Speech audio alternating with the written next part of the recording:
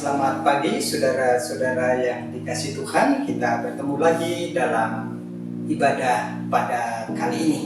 Saudara-saudara, sebelum kita bersama-sama belajar firman Tuhan, mari kita tundukkan kepala dan kita berdoa. Tuhan, kami mengucap syukur dan terima kasih untuk kesempatan yang Tuhan berikan bagi setiap kami belajar tentang firman-Mu. Oleh karena Engkau yang memberi kesempatan, kiranya Engkau memimpin, menolong, dan menyertai kami untuk dimengertikan, untuk dituntun memahaminya, untuk dituntun menghidupi dan melakukan dalam kehidupan setiap kami, supaya perjalanan kehidupan kami sebagai seorang pelajar tidak berlalu begitu saja, tetapi ada banyak hal yang Tuhan singkapkan supaya kami mengerjakan di tengah-tengah tugas studi setiap kami. Terima kasih Bapa, di dalam nama Tuhan Yesus kami sambut firman-Mu. Amin. Saudara, mari kita bersama-sama membuka Alkitab kita dari Amsal pasal yang ke-29 ayat yang ke-18. Sekali lagi, Amsal 29 ayat yang ke-18, demikian firman Tuhan. Bila tidak ada wahyu, menjadi liarlah rakyat. Berbahagialah orang yang berpegang pada hukum. Saya ulangi sekali lagi. Bila tidak ada wahyu, menjadi liarlah rakyat. Berbahagialah orang yang berpegang pada hukum. Di terjemahan lain dikatakan di sana, tanpa visi rakyat binasa, tetapi berbahagialah orang yang memelihara Taurat.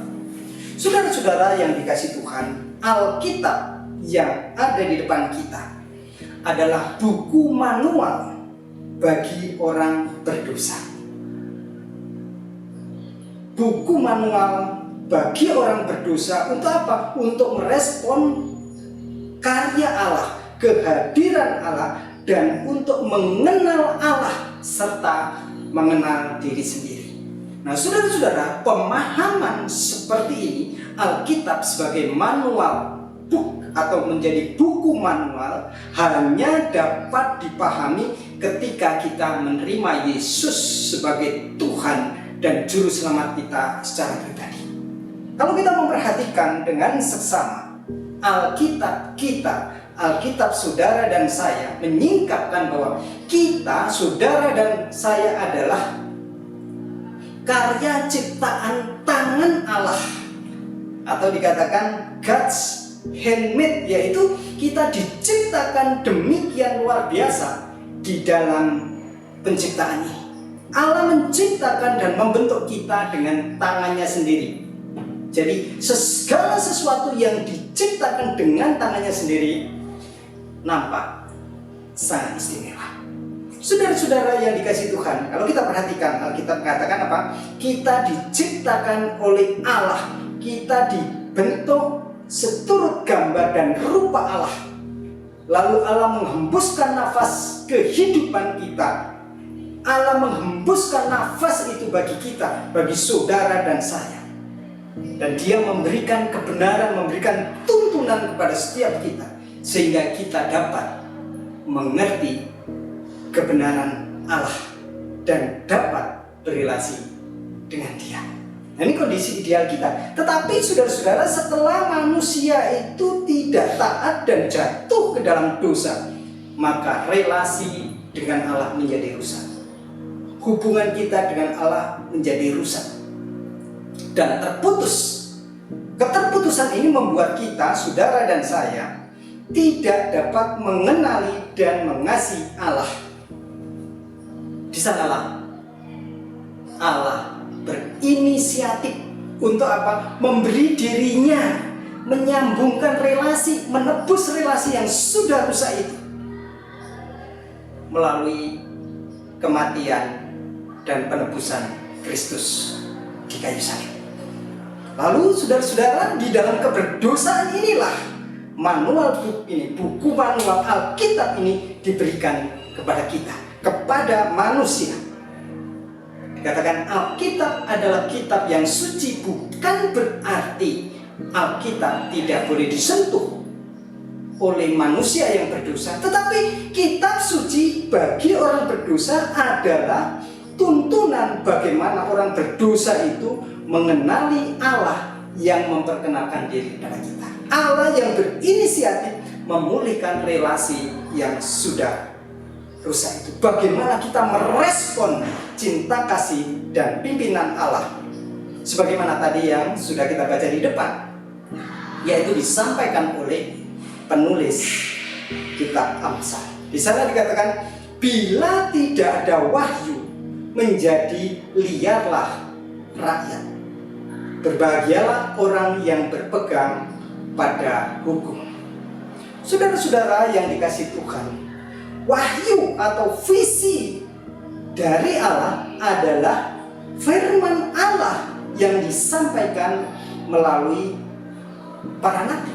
Kalau kita perhatikan di dalam 1 Samuel pasal yang ketiga, kita perhatikan di sana 1 Samuel pasal yang ketiga, saya akan membacakan buat kita semua.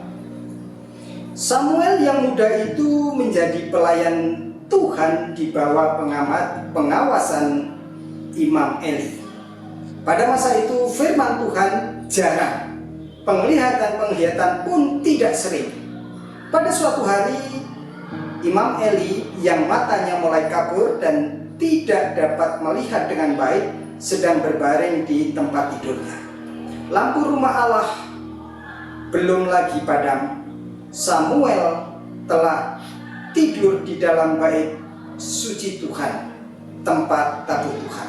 Lalu Tuhan memanggil Samuel, Samuel, dan ia menjawab, "Ya Bapa." Lalu berlarilah Samuel kepada Imam Eli serta katanya, "Ya Bapa, bukankah Bapa memanggil aku?" Tetapi Eli berkata, "Aku tidak memanggil, tidurlah kembali." Lalu pergilah Samuel tidur. Dan Tuhan memanggil Samuel sekali lagi. Samuel pun bangun. Lalu ia pergi mendapati Imam Eli serta berkata, "Ya Bapa, bukankah Bapa memanggil aku?" Tetapi Imam Eli berkata, "Aku tidak memanggil, anakku, tidurlah kembali." Samuel belum mengenal Tuhan, belum mengenal firman Tuhan, dan belum pernah dinyatakan kepadanya. Dan Tuhan memanggil Samuel sekali lagi untuk ketiga kalinya.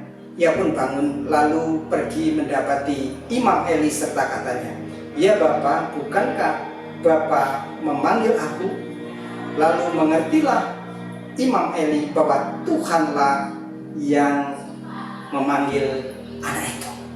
Jadi firman Tuhan disampaikan, wahyu Allah disampaikan melalui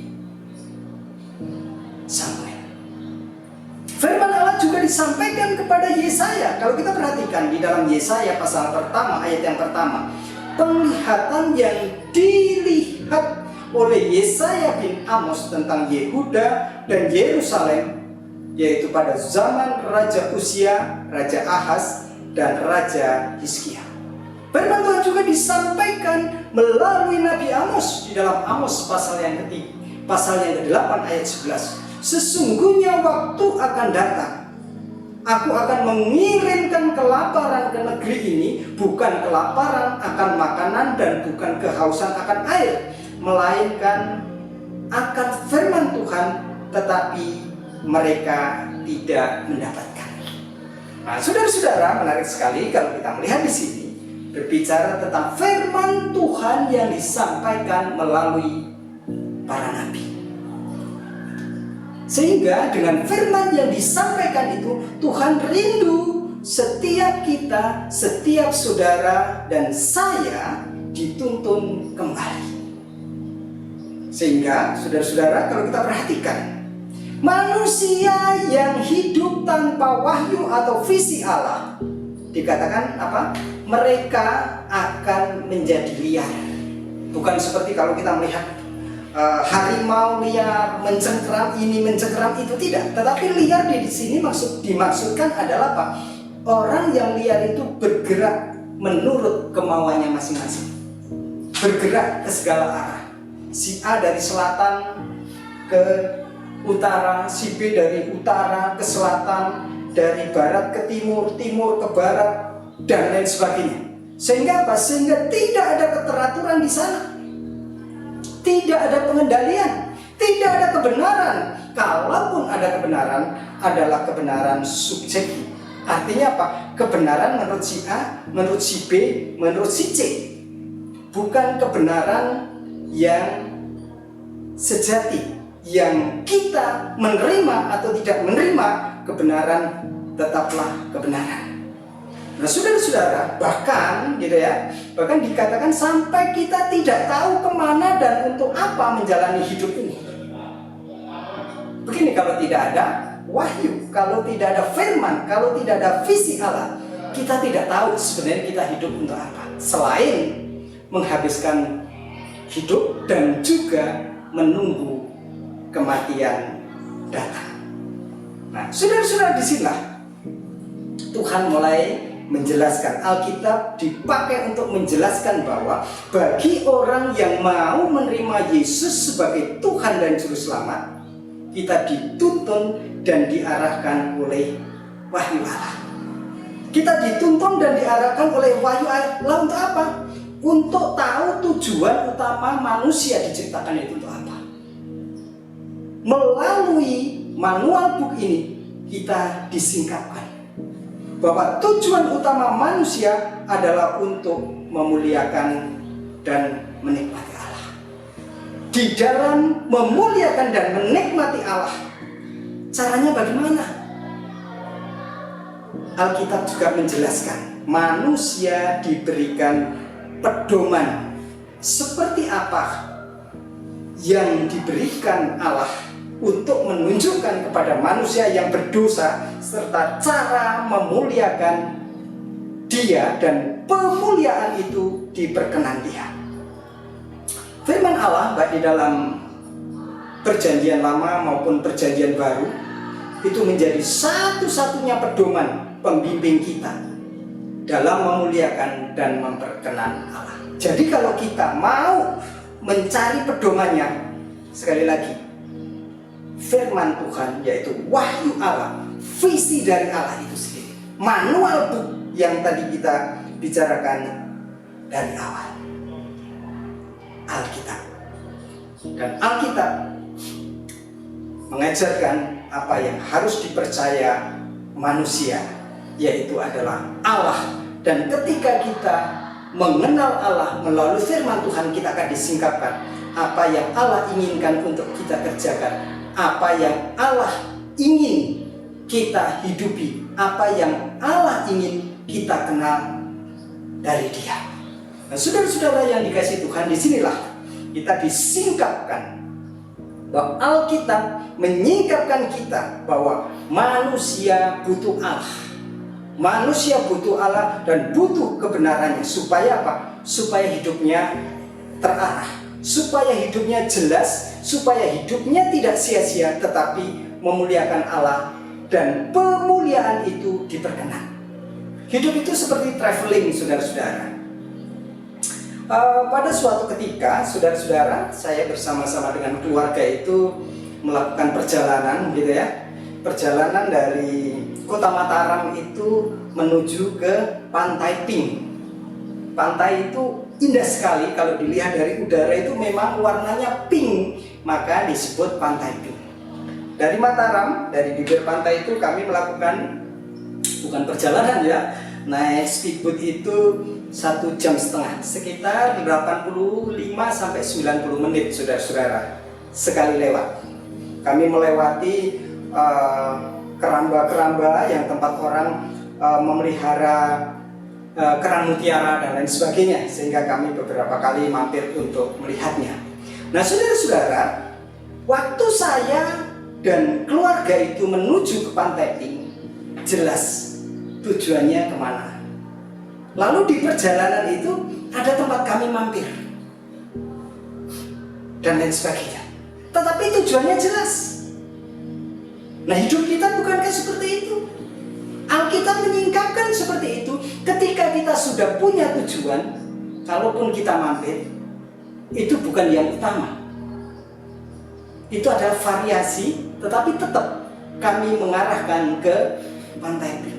Demikian juga sebaliknya ketika kami kembali, ketika siang hari kami kembali, saudara-saudara, laut mulai surut, saudara-saudara, dan kami berhenti di orang menyebutnya Pulau Pasir, karena waktu berangkat air masih pasang gitu ya, pasir nggak kelihatan. Tetapi begitu kami kembali, pasir itu terhampar luas dan kami berhenti di sana bermain pasir, melihat bintang laut dan lain sebagainya, banyak saudara-saudara. Tetapi itu bukan tujuan kami setelah dari Pantai Pink. Tujuan kami adalah kembali ke pelabuhan dan pulang ke tempat penginapan. Nah ini saudara-saudara, ketika kita punya tujuan, apapun yang kita kerjakan itu bukan yang utama.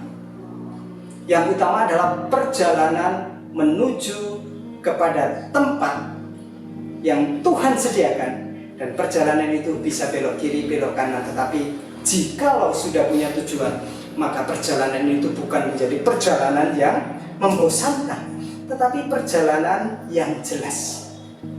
Oleh karena itu, saudara-saudara, kita, saudara dan saya, perlu mempunyai tujuan.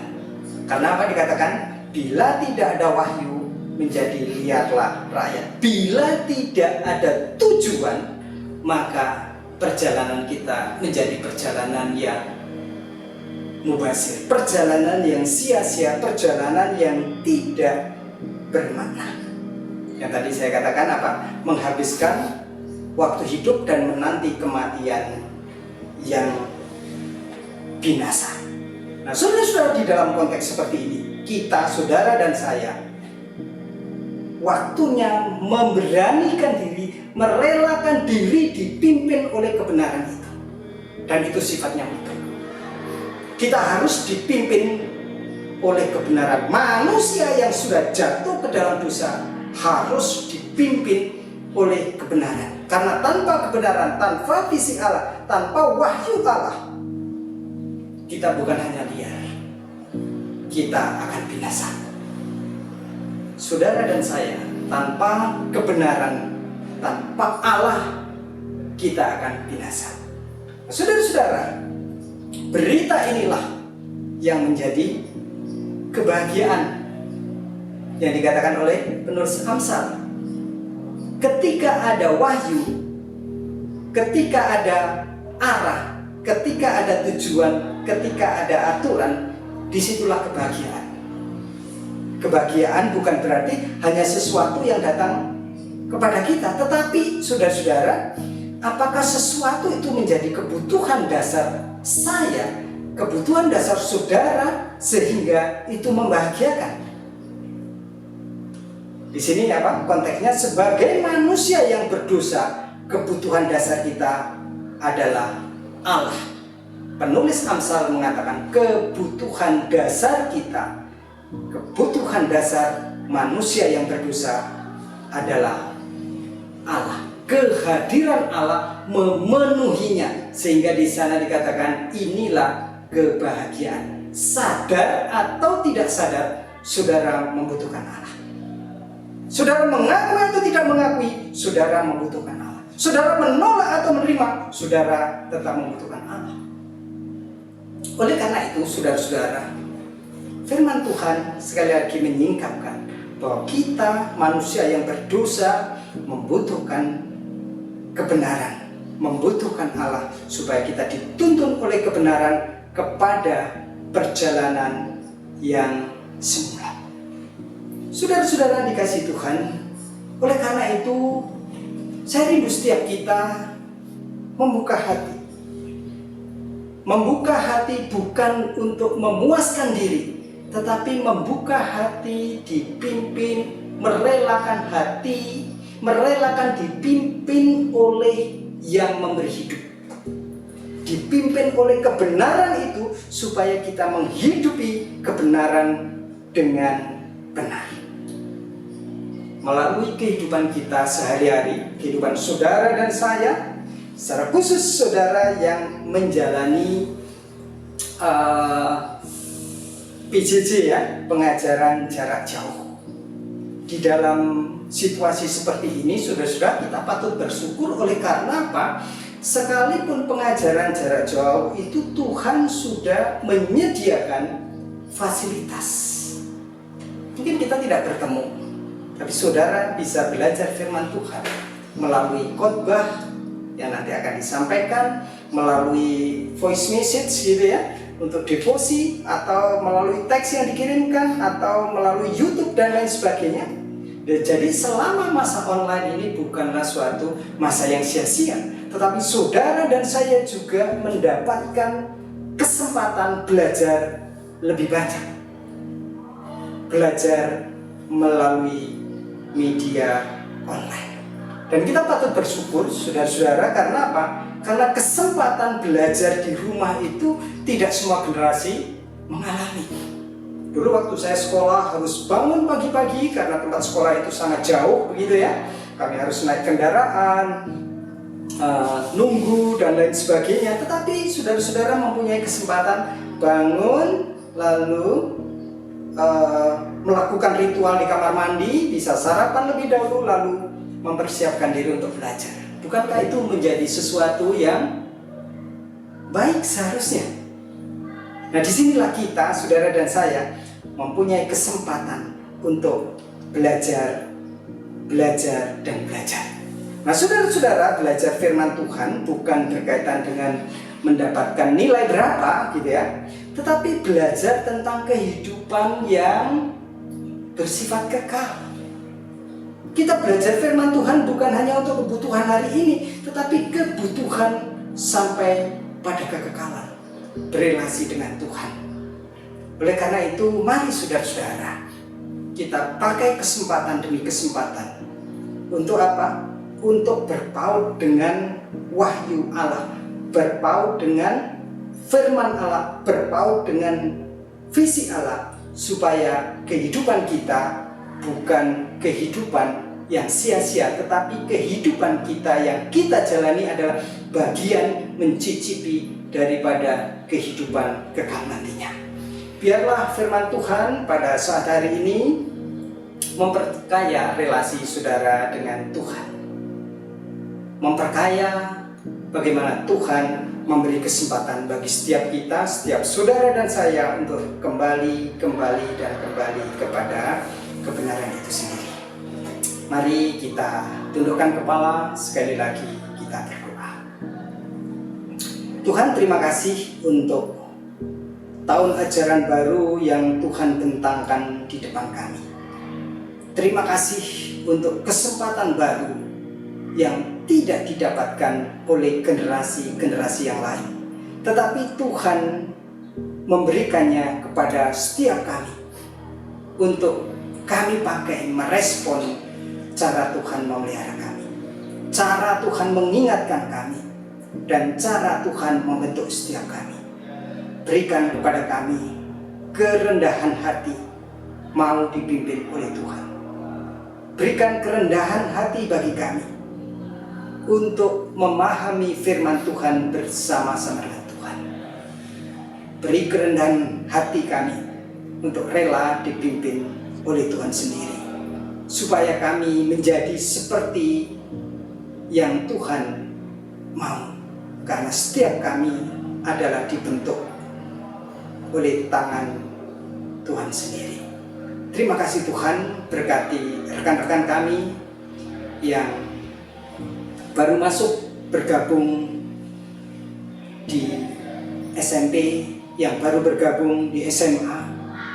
Tuhan memimpin satu persatu saudara-saudara kami, dan juga Tuhan memimpin saudara-saudara kami yang dari kelas 7 naik ke kelas 8, kelas 8 naik ke kelas 9, dan juga kelas 10 yang naik ke kelas 11, kelas 11 naik ke kelas 12. Di kelas yang baru, situasi yang baru, suasana yang baru, kami boleh memperbaharui relasi dengan Tuhan sebagaimana yang dinyatakan oleh firman Tuhan. Terima kasih Bapa, berkati rekan-rekan kami, saudara-saudara kami, para siswa-siswi, dan juga berkati Bapak Ibu guru yang menjadi rekan sepelayanan Tuhan dalam mendidik setiap saudara kami, mendampingi saudara-saudara kami belajar dan belajar, termasuk belajar tentang kehidupan ini. Terima kasih Bapa, di dalam nama Tuhan kami Yesus Kristus yang sudah menyingkapkan kebenaran demi kebenaran bagi kami manusia berdosa. Kepadamu kami berdoa, kepadamu kami mengucap syukur dan menyambut tahun ajaran yang baru ini. Amin. Terima kasih, Tuhan Yesus memberkati. Selamat belajar.